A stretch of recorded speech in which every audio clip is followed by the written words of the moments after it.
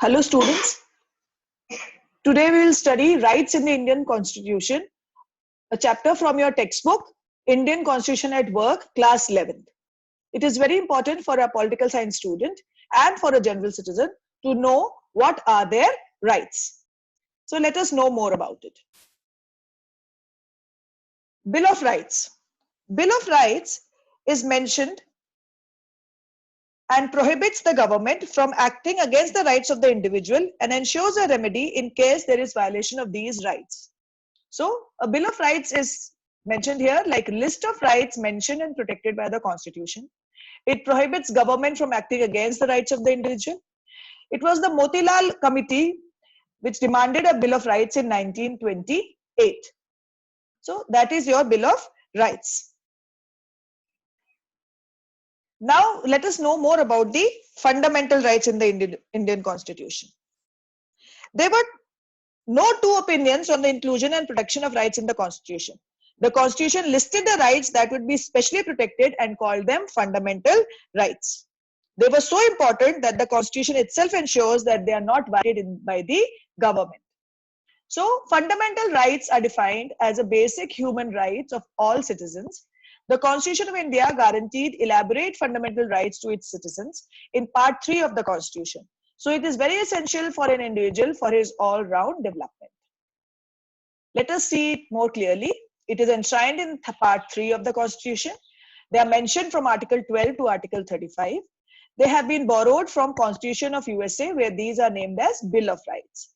They are guaranteed by the Constitution to all persons without any discrimination. No discrimination of any kind is made when it comes to fundamental rights. Fundamental rights are also called as Magna Carta of India. Magna Carta is a charter of rights agreed to by King John of England. It was first drafted by the Archbishop of Canterbury to make peace between the unpopular king and a group of rebel barons. So, you know, that name has been coming from then, and they are very important in the British government. And so that similarly, it has been added in the Indian Constitution also. And so they have been described as Magna Carta of India. Let us know a little more about fundamental rights. Just a recap, they are listed in the Constitution. They are not absolute or unlimited, cannot be violated by the government, but they are guaranteed by the Constitution. They are not absolute or unlimited means that if you are violating somebody else's fundamental rights, then your fundamental rights can be restricted. Types of fundamental rights. How many types of fundamental rights are there? I'm sure you have studied this in your previous classes. There are 6 types of fundamental rights. We have right to equality, Articles 14 to Article 18, right to freedom from Article 19 to Article 22, right against exploitation from Article 23 to Article 24, right to freedom of religion from Article 25 to Article 28, cultural and educational rights from Articles 29 to Article 30, right to constitutional remedies, Article 32. So these are the 6 main fundamental rights which have been guaranteed by the Indian Constitution. Let us study them one by one. Right to equality, which is from Article 14 to Article 18. Now, what does right to equality say? Right to equality gives us equality before law. So we are all equal in the eyes of law, irrespective of our class, caste, race, religion, gender, etc., etc., etc. Social equality, in all social provisions, we are all equal. Everybody has equality of opportunities. Whoever is capable, whoever is educated, whoever has the required qualifications has to be given opportunities. You cannot discriminate or not give opportunities to a person on the basis of his caste, religion, class, etc. Abolition of untouchability, this was very important. Our country was under untouchability for very long. So right to equality also guarantees abolition of untouchability. If we are practicing untouchability, then we are liable for prosecution. Abolition of titles. When the Britishers ruled over the country, there were titles given to people, you know, like Sir and like Majesty. So these titles have been abolished. Only titles of services like the Army, Navy, Air Force, or the police services, only those kind of titles are now retained. Next right is right to freedom, that is Article 19 to Article 22. Now, what is right to freedom? Let us know about it in more detail.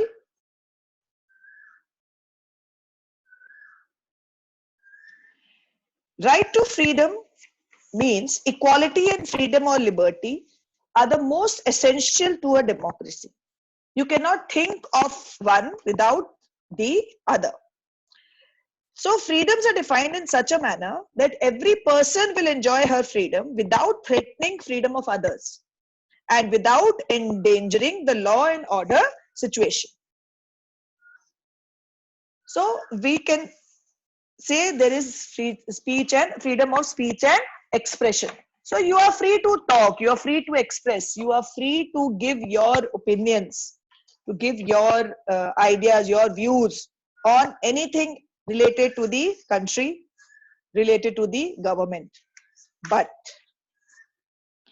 this freedom of expression comes to an end where you are harming somebody else. Okay, so restrictions can be imposed for law and order, peace, security, and national integrity of the country. Next is freedom to assemble without arms, freedom of life and personal liberty. Okay, so you have the freedom of life and personal liberty. You can move around anywhere you want. You can form associations. You can go and settle in any part of the country. So all that can be done because of right to freedom. Preventive detention and arrest. Any person who is found to be spoiling the peace of the country can be arrested to prevent any kind of problem. Right of accused. Those who are arrested, those who are in jail, they also have rights. And you cannot take away their rights. Right to education. Everybody who is a part of the nation has right to education.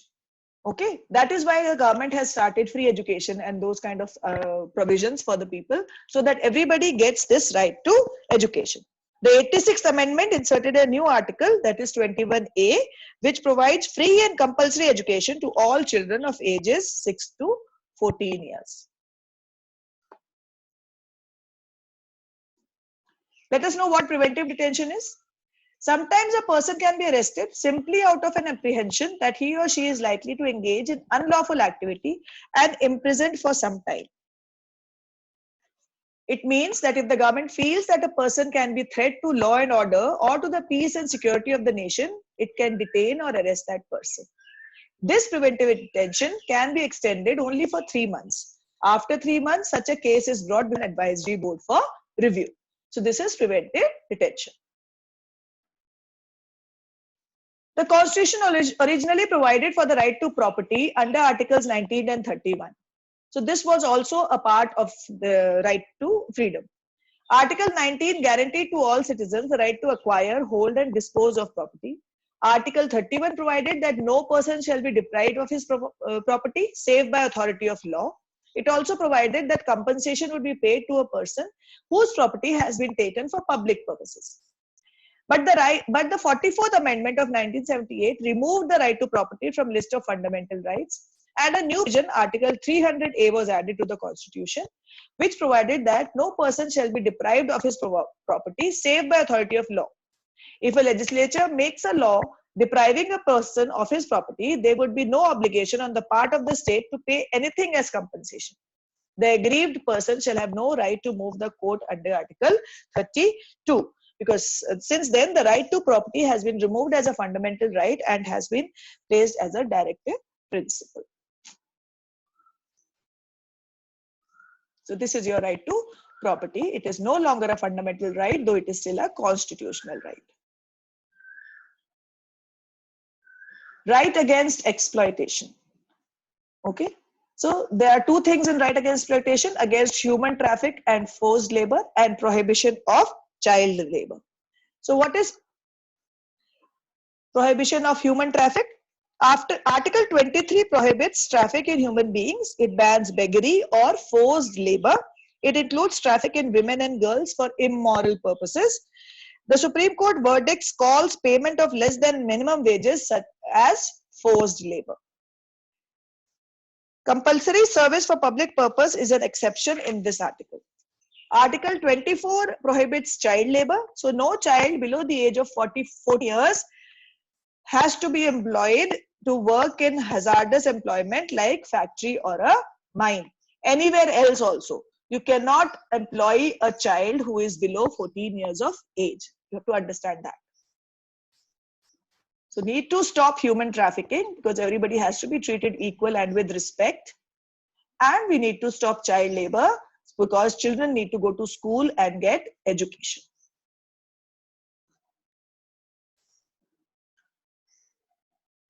So yes, we can, and now we have to. We have to ensure that we follow this right against exploitation.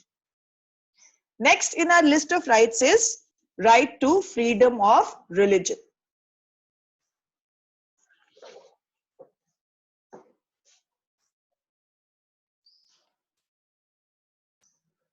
We have various religions in our country. Okay, so freedom of religion means all religions, not just your own. ये सोच के बैठ जाए कि हमारे religion free है, बाकी सारे religion पे we can dominate. No, every religion is free. So let us know more about right to freedom of religion. It is stated from Article 25 to Article 28. Article 25 is freedom of conscience. Article 25 guarantees freedom of conscience and right to profess, practice, and propagate any religion. Freedom to manage religious affairs. The Constitution guarantees that everybody has a right to maintain institutions for charitable purposes. Right to practice and promote religion. We have already spoken about that. Ban on religious instructions in government institutions. So no government institution can preach or practice any religion. They need to be friendly for all religions. They cannot practice just one religion. So you will not find any government school practicing any particular religion unless and until it belongs to that religion. Say like madrasas, there they teach Islam. So that those are religious religion where you are promoting and practicing your religion. So they are also correct. So next our right is cultural and educational rights under Indian Constitution.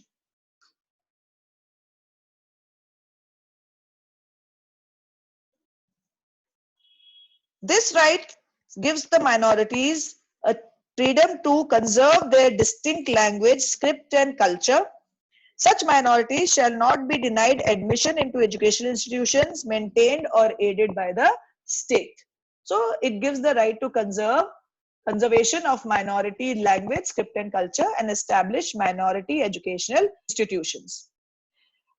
It gives the right to establish minority institutions of their choice. Similarly, while granting financial aid to minority institutions, the state shall not discriminate on any ground. Exception to this right is that the Supreme Court pronounced in 1980 that the state shall take regulatory measures to promote the efficiency and excellence of educational standards. The state could also ensure security of services of teachers and other employees of the organization. So till now we have covered 5 educational rights in the Indian Constitution, and the next right which we are going to study is right to constitutional remedies. This is given in the Article 32, and this right to constitutional remedies says that it is the very soul of the Constitution and the very heart of it by Dr. B.R. Ambedkar.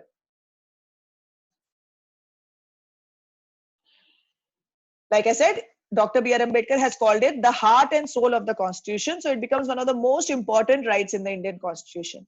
It is the right to approach court. It is the right to protect fundamental rights. It provides writs. So Article 32 guarantees the right to move the Supreme Court for the enforcement of rights given by Part 3 of the Constitution. Under Article 226, a person can move the High Court enforcement of his fundamental rights. The Constitution empowers the Supreme Court and High Court to issue writs for the enforcement of the right which has been infringed. So these are the 6 fundamental rights which we have to study in our chapter. The next video will tell you about the writs which are provided to us by the Constitution. Thank you. Have a good day. Stay home, stay safe.